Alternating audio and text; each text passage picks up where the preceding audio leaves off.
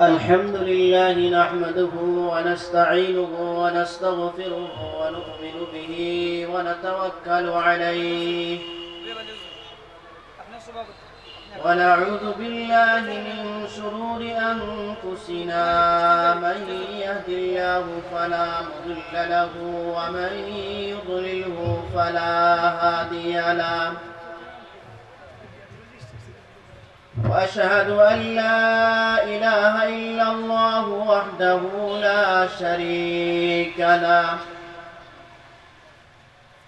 وأشهد أن سيدنا ومولانا محمدا عبده ورسوله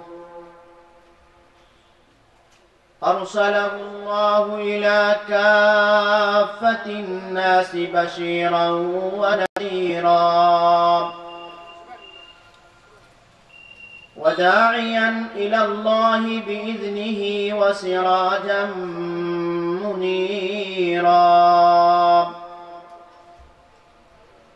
أما بعد فأعوذ بالله من الشيطان الرجيم بسم الله الرحمن الرحيم فاذكروني أذكركم واشكروا لي ولا تكفرون وقال رسول الله صلى الله عليه وسلم أخلص دينك يكفيك العمل القليل أو كما قال النبي عليه الصلاة والسلام وقال الله تعالى في شان حبيبه مخبرا وآمرا أعوذ بالله من الشيطان الرجيم إن الله وملائكته يصلون على النبي يا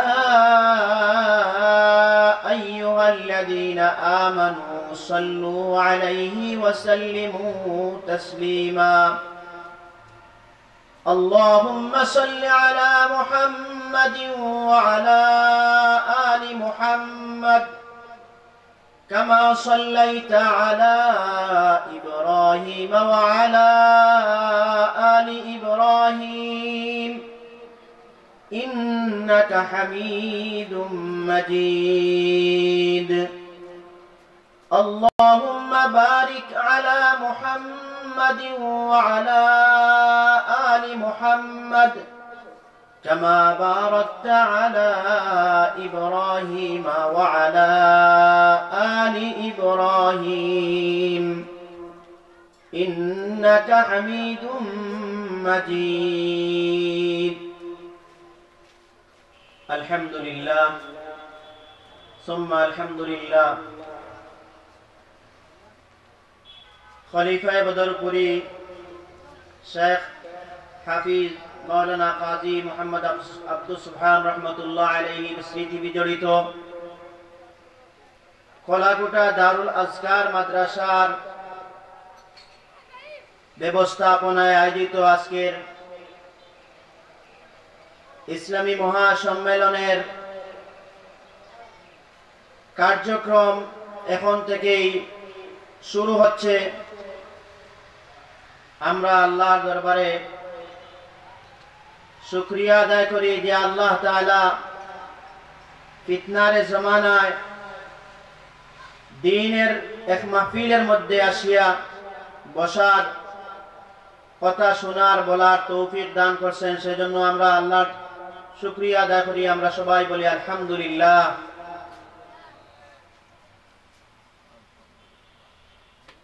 এই এক প্রতিষ্ঠান এইভাবে এই মৌসুমে বিভিন্ন জায়গার মধ্যে কোরআন হাদিসের আলোচনা হয়, মাহফিল হয়। কোরআনে কারীমের মধ্যে আল্লাহ তাআলা ফরমান ওয়াযাক্কির ফাইন্না যিকরা তানফাউল মুমিনিন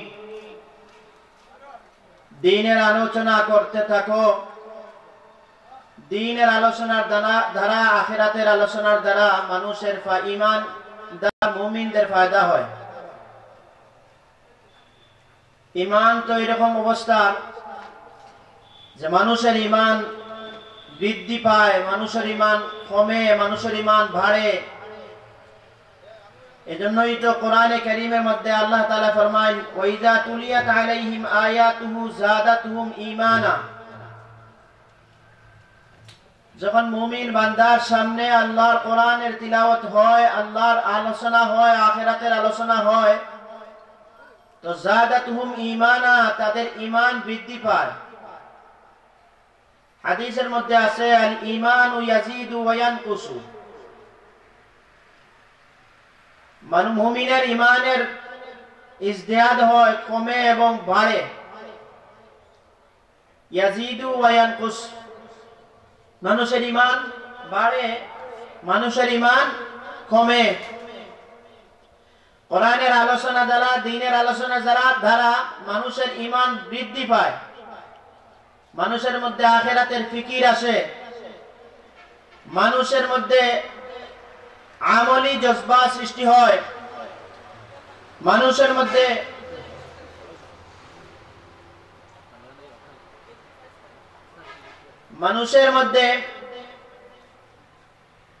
ইমানি পাওয়ার বাড়ে, আমলি জজবা, উৎসাহ উদ্দীপনা আসে। যখন নাকি এই সমস্ত মাহফিলের মধ্যে বুজুর্গ উলামায়ে কেরাম, আমলওয়ালা উলামায়ে কেরাম, আল্লাহওয়ালা উলামায়ে কেরামরা কথাবার্তা বলেন, তখন এই সমস্ত উলামায়ে কেরামের কথার দ্বারা মানুষের ঈমানের মধ্যে পরিবর্তন আসে, মানুষের আমলের মধ্যে পরিবর্তন আসে, মানুষের মধ্যে আখিরাতের ফিকির তৈরি হয়। যাই হোক, এই জন্য এই সমস্ত আলোচনা, এই সমস্ত মাহফিল, আজকের এই যে মাহফিল, এই মাহফিলের পিছনে অনেক মানুষের পরিশ্রম, অনেক মানুষের আর্থিক পরিশ্রম, অনেক মানুষের শক্তি, অনেক মানুষের মেধা, অনেক মানুষের অনেকভাবে এই মাহফিলের পিছনে মেহনত আছে। এই মেহনত দ্বারাই এই মাহফিল আমরা উপভোগ করতে আসি। এই মাহফিলের পিছনে, এই মাদ্রাসার পিছনে যে মহান ব্যক্তিত্বের অবদান আছে, যার স্মৃতি বিজড়িত এই মাহফিল, এই এলাকারই কৃতি সন্তান কাজী আব্দুল সুবহান সাহেব রহমতুল্লাহ আলাইহি। আজকে হয়তো আমরা এখানে মাহফিল করতেছি, ওনার রূহ আমাদের এই মাহফিল, এই আলোচনা, এই সমস্ত দেখতে আছে। এই মাহফিলটা যদি কবুল হয় আল্লাহর দরবারে, এই মাহফিলটা যদি আল্লাহর দরবারে মঞ্জুর হয়, তাহলে এই সমস্ত সওয়াবের একটা অংশ আমাদের আশা যে শেখ কাজী আব্দুল সুবহান সাহেব রহমতুল্লাহ আলাইহি কবর পর্যন্ত গিয়ে পৌঁছবে, এই এলাকার মুর্দেগানের কবরের মধ্যে পৌঁছিবে। আল্লাহ যদি এই আয়োজনকে, এই মাহফিলকে কবুল ও মঞ্জুর করেন। সম্মানিত এলাকাবাসী, এই মাহফিলটা আপনাদের জন্য একটা নিয়ামত। এজন্য এই নিয়ামতের শুকরিয়া আদায় করতে হবে। এই মাহফিলের শুকরিয়া আদায় হবে যদি আপনি, আমি সবাই এখন থেকে নিয়ে মাহফিলের শেষ পর্যন্ত মাহফিলে এসে মাহফিলকে সফল সার্থক করি এবং সব জমিয়া বসিয়া যে সমস্ত উলামায়ে কেরামদের দাওয়াত দেওয়া হয়েছে, তারা আসবেন, বয়ান করবেন। এই বয়ান দ্বারা যদি আমাদের একটা কথার দ্বারাও আমাদের ফায়দা হয়, একটা কথার দ্বারাও আমার জীবনের রূপ যদি পাল্টে যায়, একজন মানুষও যদি হেদায়েতের পথে এসে যায়, তাহলে এই মাহফিলটা কামিয়াব হবে। একজন মানুষও যদি এই মাহফিল দ্বারা উপকৃত হয়, আখিরাতের তার ফায়দা হয়, তাহলে আমাদের এই আয়োজন, আমাদের এই মাহফিল, এই একজন মানুষের কারণেই হয়তো আল্লাহ তাআলা কবুল করবেন। আল্লাহর দরবারে দোয়া করি আল্লাহ তাআলা এই মাহফিলের ওসিলায় এই এলাকার तमाम মুর্দেগানদেরকে আল্লাহ তাআলা যেন maaf করে দেন। আমরা সবাই বলি আমিন। বিশেষ করে আমাদের এই মাদ্রাসার প্রতিষ্ঠাতা কাজী আব্দুস সুবহান সাহেব রহমাতুল্লাহ আলাইহির কবরকে যেন আল্লাহ তাআলা জান্নাতের একটা বাগানে তৈরি করে দেন। আল্লাহ তাআলা তাকে যেন জান্নাতের উঁচু মাকাম দান করেন। আল্লাহ তাআলা এই মাহফিলকে যেন এই এলাকার হেদায়েতের ওসিলা, হেদায়েতের জরিয়া যেন বানান। আল্লাহ তাআলা এই মাহফিলকে যেন, এই মাদ্রাসাকে যেন কিয়ামত পর্যন্ত দায়ী ও কায়েম রাখেন। এবং যারা যেভাবে এই মাহফিল এবং এই মাদ্রাসার পিছনে মেহনত করে আসতেছেন, টাকা পয়সা, এই জন্য শ্রম, এইভাবে বিভিন্ন লাইনে মেহনত করে আসতেছেন, আল্লাহ তাআলা যেন তাদের এই মেহনতকে কবুল ও মঞ্জুর করেন এবং আজকের এই মাহফিলকে আল্লাহ তাআলা যেন কবুল করেন।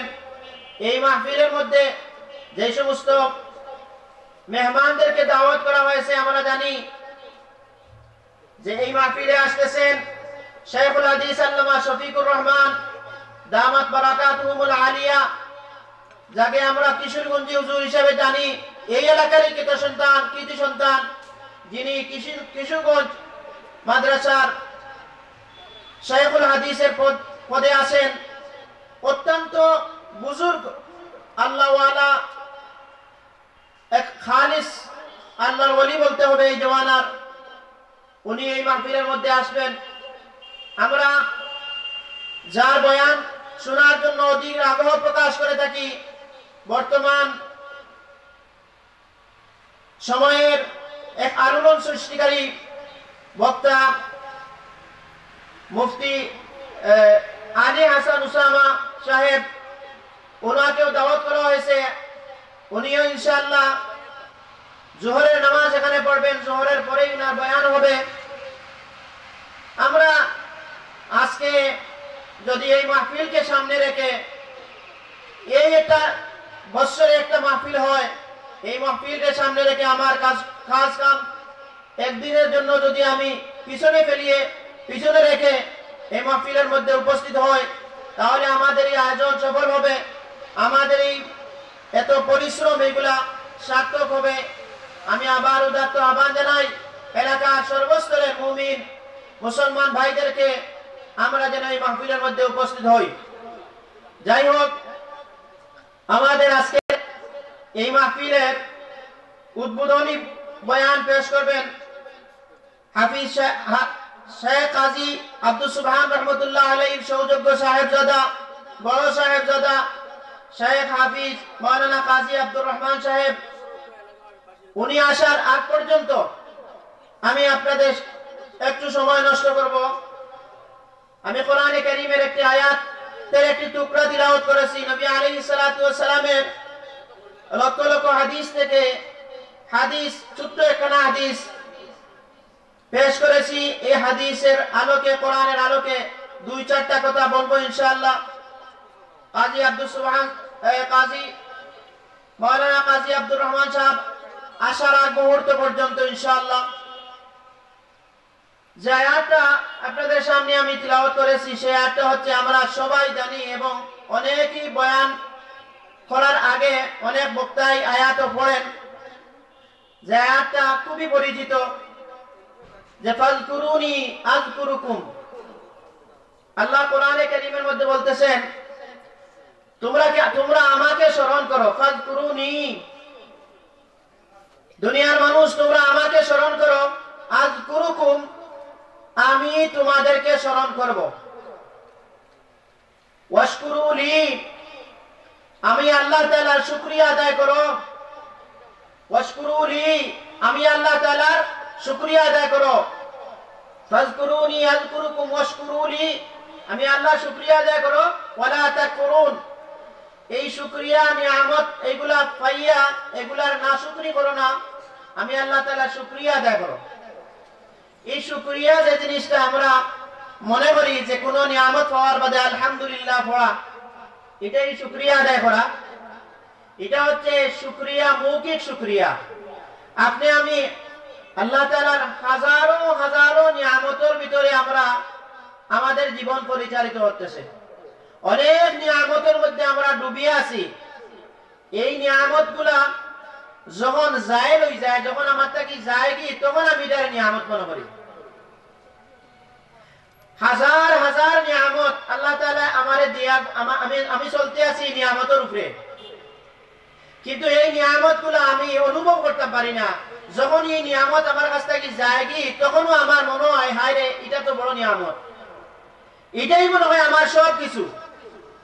আপনি আমি চিন্তা যদি করি যে একটা চোখ যদি আমার যায় কি, চোখও যদি কোনো অসুবিধা হয়ে যায়, চোখের ফুর্তিটা গেছে গিয়া, আমার কিডনি একটা ড্যামেজ হয়ে গেছে, হ্যাঁ, এভাবে আমার ব্রেইনও সমস্যা হয়ে গেছে, আমার হার্ট স্ট্রোক করে নিছে, এটা যখন কোনো মানুষ এই বেমারে, এই রোগে আক্রান্ত হয়, তখন বুঝে যে এটা কত বড় নিয়ামত। কদরে নিয়ামত বাদে সওয়াল, নিয়ামত গেলে বোঝা যায় নিয়ামত কতটুকু বেশি, কতটুকু প্রয়োজনীয় আমার লাগি।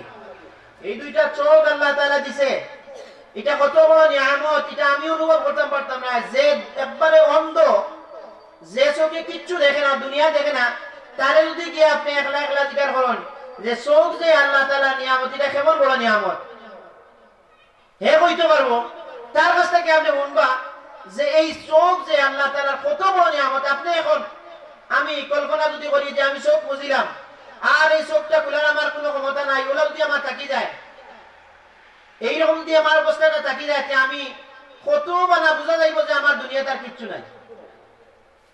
এই যে মানুষের এই কিডনি আছে, কিডনি যখন মানুষের ড্যামেজ হয়ে যায়, তখন বুঝতে পারবো মানুষের যে এই কিডনির কত দাম। কোটি টাকা এই কিডনির দাম, তাও যেটা লাগাইয়া দেয় এটা স্থায়ী না। আল্লাহ তাআলা আমারে এই যে একটা বডি নিয়ামত দিছেন, এই বডির নিয়ামত, এইগুলা শুকরিয়া আদায় করা, বলে তো আমি শুকরিয়া আদায় করলাম আলহামদুলিল্লাহ, বলে ঠিক আছে, এটা হইল গিয়া মৌখিক শুকরিয়া।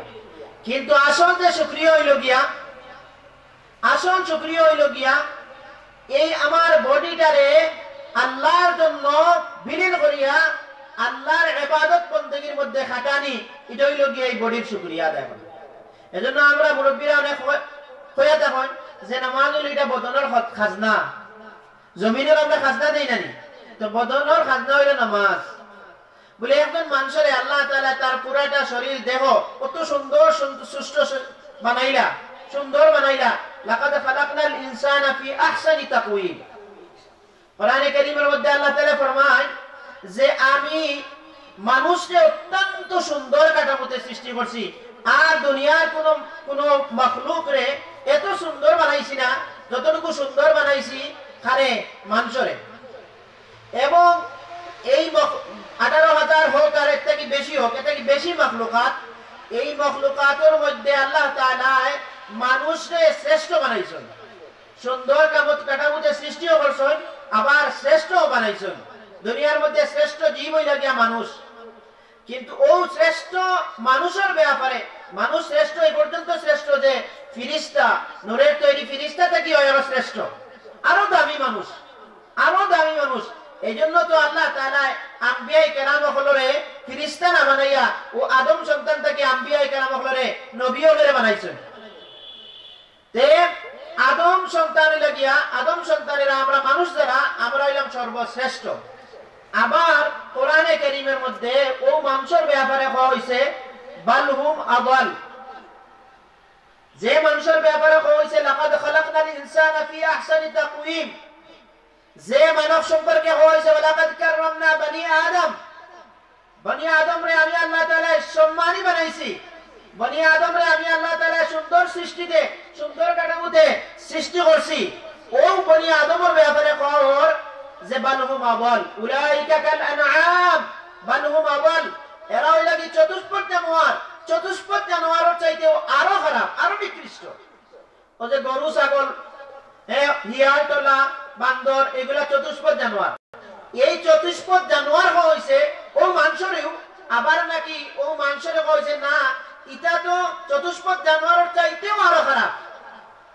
কথাটা খুবই গুরুত্বপূর্ণ। দুনিয়ার সমস্ত থেকে শ্রেষ্ঠত্ব দিলা, যত মখলুক বানাইলা সব মখলুক থেকে শ্রেষ্ঠ বানাইলা। আবার আরেক দিকে বইলা যে বালু মাবল উলাইকা কানা নাম, এরা চতুষ্পদ জানোয়ারের মতো না, বরং সত্যিই আরো খারাপ। কেন বলে মানুষ যখন মানুষ হিসাবে থাকবো, মানুষ যতক্ষণ পর্যন্ত মানবতা হিসেবে মানবতা লইয়া থাকবো, মানুষ যতক্ষণ পর্যন্ত আল্লাহর বান্দা হিসেবে দুনিয়ার মধ্যে থাকবো, ততক্ষণ পর্যন্ত সে এই 18,000 থেকে বেশি মখলুকাত সব থেকে শ্রেষ্ঠ। আর মানুষ যখন তার মানুষত্ব বলি দিব, মানুষ যখন তার মানবতা বলি দিব, মানুষ যখন তার রব বলি দিব, মানুষ যখন তার মন চাহি জিন্দগি খাটানি আরম্ভ করবো, তখন হইছে যে উলাইকা কাল আনআম, এরা চতুষ্পদ জানোয়ারের মতো না, বাল হুম আদল, বরং এরা চতুষ্পদ জানোয়ারের চাইতে আরো খারাপ। কেন বলে আল্লাহ তাআলা আমরা এই দুনিয়ার মধ্যে দিয়া একটা নিয়ম, একটা কানুন, একটা সিস্টেম দিয়া দিছেন, নবী আলাইহিস সালামের তরিকা দিয়া দিছেন। বলে ও তরিকার মতো যদি বান্দা চলে তাহলে হে শ্রেষ্ঠ থেকে শ্রেষ্ঠ। আর যদি এই তরিকা ছাড়িয়া তার মন চাহি জিন্দগি খাটানি আরম্ভ করে দে, তাহলে হে হইল গিয়া উলাইকা কাল আনআম বাল হুম আদল, এরা চতুষ্পদ জানোয়ার, বরং চতুষ্পদ জানোয়ারের চাইতে আরো নিকৃষ্ট। কেনে বলে তার মন চাহি জিন্দগি, তার মনে যেটা চাইছে, তার দিলে যেখান করছে ও একটা মতো চলা। বলে এই যে আমার মনে স্যার ওদিকে যাইতাম, আমার মনে স্যার ওভাবে ব্যবসাটা করতাম, আমার মনে স্যার আমি আজকে ও কাম করতাম। বলে না, এই আমার মনে স্যার ঠিক আছে, এখন এই মনে যে স্যার, এই মনের চাওয়াটা আল্লাহর চাওয়ার সাথে একদিন এক না দেখতে হইবে। আল্লাহ তাআলা দুনিয়ার মধ্যে আমরা দিছেন ইবাদত বندگی করার লাগি। বলে না খালিও 24 ঘন্টা আমি ইবাদত বندگির মধ্যে কাটাইতাম, এরকম তো না, এরকম তো আল্লাহ তাআলা কইছেন না। আল্লাহ তাআলা তো তোমার সব কিছু হালাল করিয়া দিছেন, হালাল যেগুলো হালাল করিয়া দিছেন, তোমার খাওয়া দাওয়া, ব্যবসা বাণিজ্য, বিবাহ শাদী, আওলাদ, সন্তান সন্ততির লালন পালন, এই সবগুলো তো হুকুম আল্লাহর। কিন্তু এইগুলা যদি আমি নবীর তরিকা মতো করি নাই, তাহলে আমি শ্রেষ্ঠ মানুষ, ঠিক আছে, তাহলে ওয়ালাকাদ কাররামনা বানি আদম, ঠিক আছে, তাহলে ঠিক আছে লাকাদ খালাকনাল ইনসানা ফি আহসানি তাকওয়িম। আর যদি এইগুলোর দাঁড়ি না, হারাম হালাল জায়েজ নাজায়েজ এগুলোর কোনো দাঁড়ি না, আমার মনে চাইলে ইবাদত করি আর মনে চাই না বندگی করি না, আমার মনে চাইছে ভালো লাগছে নামাজ পড়ছি আর ভালো লাগছে না নামাজ পড়ছি না, আমার ফজরের সময় ঠান্ডায় মানে ভালো লাগছে, ঠান্ডা লাগিয়েছে উঠিছি, আমার মনে চাইছে না এখন চার না দিলে তখন আমি কিটা করছি না, নামাজও গেলাম না, হ্যাঁ বাদে উঠিয়াও বললাম মনে হইলাও। এইরকম কিন্তু মানুষের জিন্দেগি না, এইরকম মানুষের জিন্দেগি না। আরে এই দুনিয়াটা আমাদের জন্য পরীক্ষা স্বরূপ। এই দুনিয়ার মধ্যে বলে আমি আমার জান, আমার মাল আমি আমার জেলা মনে করে খরচ করবো, বলে না, এইগুলার ব্যাপারে, এইগুলার বলে মন চাহি জিন্দেগি, আপনার যা চায় মনে তা করতা, এই দুনিয়া না। ইন্নাল্লাহ আশতারা মিনাল মুমিনিনা আনফুসাহুম ওয়া আমওয়ালাহুম বিআন্না লাহুমুল জান্নাহ, আল্লাহ তাআলা আখিরাতে জান্নাত রাখছেন ও সমস্ত মুমিনদের লাগিয়া যারা তার নফস রে আর তার মাল রে বিক্রি করে দিয়েছে জান্নাতের বিনিময়। বলে জান্নাতের বিনিময় যদি নফস তার চাহিদা এটারে বিক্রি করে দিয়েছে জান্নাতের বিনিময়, এর মানে কিটা? বলে তার দিলে চাইছে একটা মজার জিনিস হারাম, মজার জিনিস আবার হারাম, কিন্তু তার চাইছে দিলে বলে না, নফস রে হেওয়ানো বেশি দিছে। আর কথা কইছে যে আল্লাহ আমার নফস তো কিনিয়া দিছেন গিয়া, আল্লাহ আমার খাইশা তো কিনিয়া দিছেন গিয়া, আমি এটার মধ্যে যাইতাম না, যেহেতু এই কিনা জিনিসটা কার? আল্লাহর। আর ও আল্লাহর হুকুম মতো আল্লাহরে ডরাইয়া যদি হারাম থেকে ফিরে যায় তাহলে হে ঠিক আছে, তাহলে হে ঠিক আছে, তার লাগিয়া জান্নাত। যে তার নফস রে কন্ট্রোল করিয়া চলছে, নফসে যেটা চাই এটা মতো চলছে না, আল্লাহর হুকুমের দ্বার করছে, রাসূলের তরিকা তুকাইছে, এই তুকানির কারণে তো একটা কষ্ট হইছে। দুনিয়ার মধ্যে আমল বندگی করা এটা সহজ না, এটা কঠিন আছে। এই কঠিন বندگی রে কঠিন ফজরের মনে করেন ওই যে ফজরের জামাত, এই যে ঠান্ডার মৌসুমে যাওয়া কঠিন আছে, কঠিন না, এই কঠিনটারে ত্যাগ করছে, ও ত্যাগ করার কারণে আল্লাহ তাআলা কে জান্নাত রাখছেন। যাই হোক, আমরা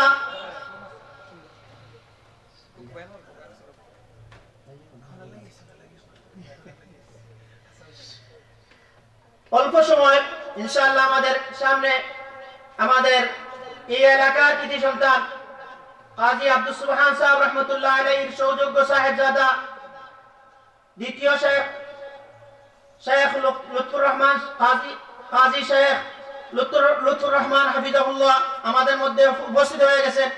আসলে এদের কথা শুনলে যদি আমি প্রথম থেকে শেষ পর্যন্ত মানে উনিয়তে বই যে কি হয় তাই না মানে আজকে শুনতাম এই মানে বক্তারা যে কোনো বক্তারে প্রথম থেকে শেষ পর্যন্ত যদি বল তাহলে আপনার জীবনে অনেক কিছু পাইবা, আমার জীবনে অনেক কিছু পাইবো। কিন্তু এরকম হইতো না যে আমি প্রথমে কতটুকু শুনলাম আর বাদে গেলাম, এরকম না। আমি প্রথম থেকে বইমু আর শেষ পর্যন্ত শুনবো, কারণ এটা হুকুম আছে কোরআনের কারীমের মধ্যে যে যখন কোরআনের আলোচনা করা হয়, কোরআনের আয়াত পড়া হয় তোমার সামনে, তুমি খান শুনতাই ফাসতামিউ শব্দ আইছে, ফাসমাউ এরকম কোন শব্দ আইছে না, ফাসতামিউ তুমি শুনতাই খান লাগাইয়া শুনতাই। একটা হইলো কি খান লাগাইয়া শোনা, দিলর খান দিয়া শোনা, আরেকটা তো এই সমস্ত গাড়ি মনে করলে আওয়াজ দেয় আমি শুনি আর ওবাই থাকি যার ওবাই যার আরেকজনে গপ করেন আপনি শুনছেন কিতা বাদে আপনারা বললাম বলে অন্য আপনারা গপ করলা বলে না আমি শুনছি কিতা মানে মানে মনে রইছে না, কেন রইছে না আমার দিল থেকে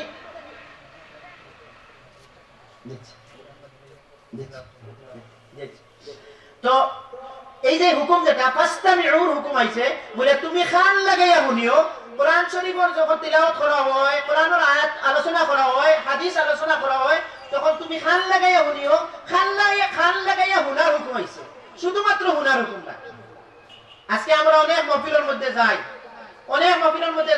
ওয়াজও শুনি, শোনাও ঠিক আছে, কিন্তু ও যে খান লাগাইয়া না শোনার কারণে, দিলর খান দিয়ে না শোনার কারণে আমার কোনো কথায় আমার অ্যাকশন করে না।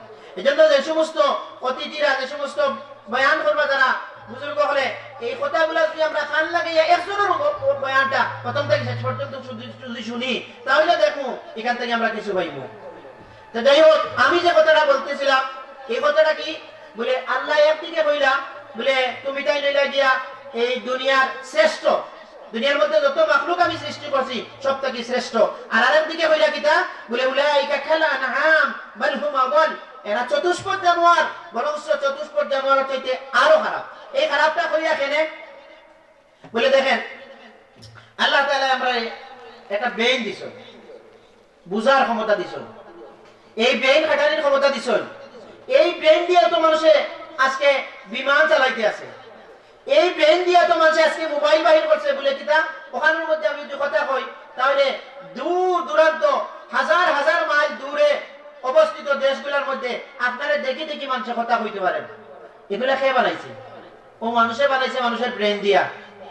এই মানুষকে আল্লাহ তাআলা হারাম হালাল জায়েজ না জায়েজ, হক না হক, সঠিক বেঠিক এগুলা বুঝার ক্ষমতা দিয়ে দিছে। এই বুঝার ক্ষমতা পাওয়ার বাদেও বান্দা যখন হালাল হারামের কোনো তোয়াক্কা করে না, জায়েজ না জায়েজের কোনো তোয়াক্কা করে না, সে যে একদিন মরবো, মরার পরে যে হিসাব কিতাব লাগবো এটারও কোনো দাঁড় দাঁড়ে না। এই দাঁড় না দাঁড়ার কারণে, এই দিকে না খেয়াল করার কারণে এ যেভাবে মানে হালাল হারাম জায়েজ না জায়েজের ছিল মানে কোনো তফাৎ করতে পারে না। একজন মাখলুক, একটা গরু, যে গরুয়ে তার মালিকের কোন দান আর তার মালিক ছাড়া অন্য মালিকের অন্যর কোন দান কোন আলি, এটা হে উপলব্ধি করতে পারবো না। এই ক্ষমতা আল্লাহ দিছে নি? এই ক্ষমতা আল্লাহ দিছে না?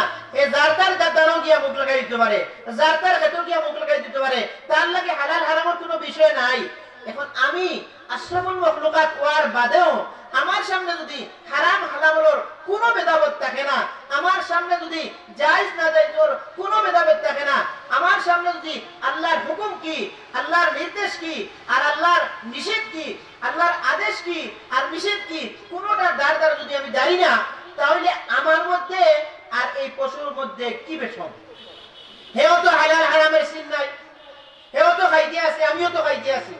আমার খাওয়া আর তার খাওয়া এইগুলা, এই খাওয়ার মধ্যে বেশম আছে, খাওয়ার মধ্যেও একটা বেশম আছে। আজকালকে আমরা খানি খাই, খানি খাওয়াটা একটা হুকুম, আল্লাহর হুকুম। বলে খানি খাওয়া যদি আল্লাহর হুকুম হয় একটা ইবাদত হইব, খানি খাওয়া যদি আল্লাহর হুকুম হয় এইটা ইবাদত হইব। কিন্তু এই হুকুমটা যদি রাসূলের তরিকা মতো আমি আদায় করি তাহলে এটা আমার ইবাদত হইব। খাইলামও আমার পেট বলল, আবার এটা ইবাদত হইল। কেন ইবাদত হইল? বলে আমিও রাসূলের তরিকা খাওয়ার কারণে।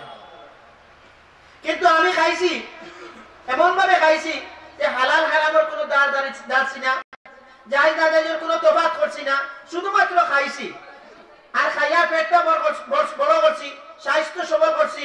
বলে এই স্বাস্থ্য সবল করা, পেট ভরা খাওয়া, এটা তো বড় বড় পশু অকল যারা আছে, একবারে বড় সার যে আছে তা হেও তো খায়, হেও তো খাইয়া তার স্বাস্থ্য বানায়, সুঠামো দেহ হয়, আমারও সুঠামো দেহ, সবটা ঠিক আছে, কিন্তু এই দুই খাওয়ার মধ্যে কোনো পার্থক্য নাই। এই পার্থক্য না হওয়ার কারণে আল্লাহ তাআলা তুমি জানিলে উলাইকা কাল আনআম, চতুষ্পদ জানোয়ারের মধ্যে বরং এর চাইতে আরো খারাপ। কেনে খারাপ? বলে তারে তো এই বুঝ দিয়া দিছি না। এই পশু পাখি বা ওই যে গরু ছাগল এগুলো তুই বুঝ দিছি না যে কোনটা হালাল, কোনটা তার মালিকর আর কোনটা তার মালিকর নাই, এটা বুঝিয়া খাওয়ার মতো তারা তো বুঝ দিয়ে দিছি না। তোমার তো জায়েজ না জায়েজ, হালাল হারাম এগুলা বিধিবিধান দিয়া বুঝ দিয়া তো দুনিয়া দিছিলাম।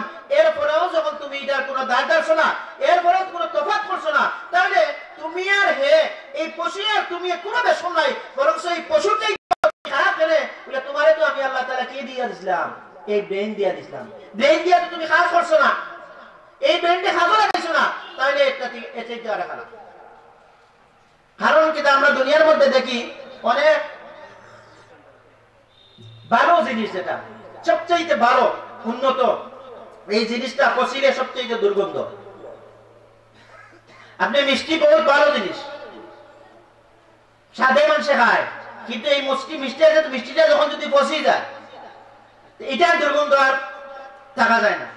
গোশত অনেক উপকারী, কিন্তু এই গোশত যদি পচি যায়, ফ্রিজে রাখলে যদি পচি যায়, আর এটা খাইতে পারত না, মুখে দেওয়ার বাদে বমি ছুটিব। খেনে বলে ভালো জিনিস কষার কারণে এটা হয়েছে।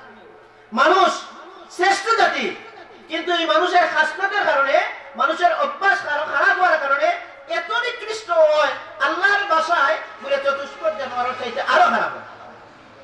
এই জন্য আমাদের জীবনটা হচ্ছে একটা কন্ট্রোলের ভিতরে।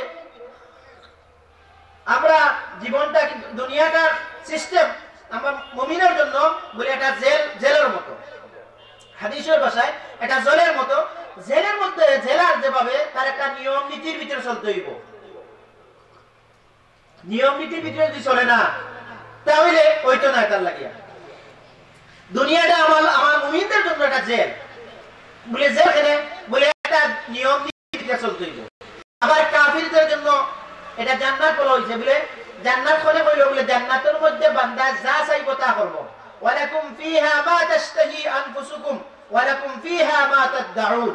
জান্নাতের মধ্যে যা মনে চায় তাই উপভোগ করব, তাই সে খাইব, যেটা চায় তাও করতে পারবো, কোনো সমস্যা নাই।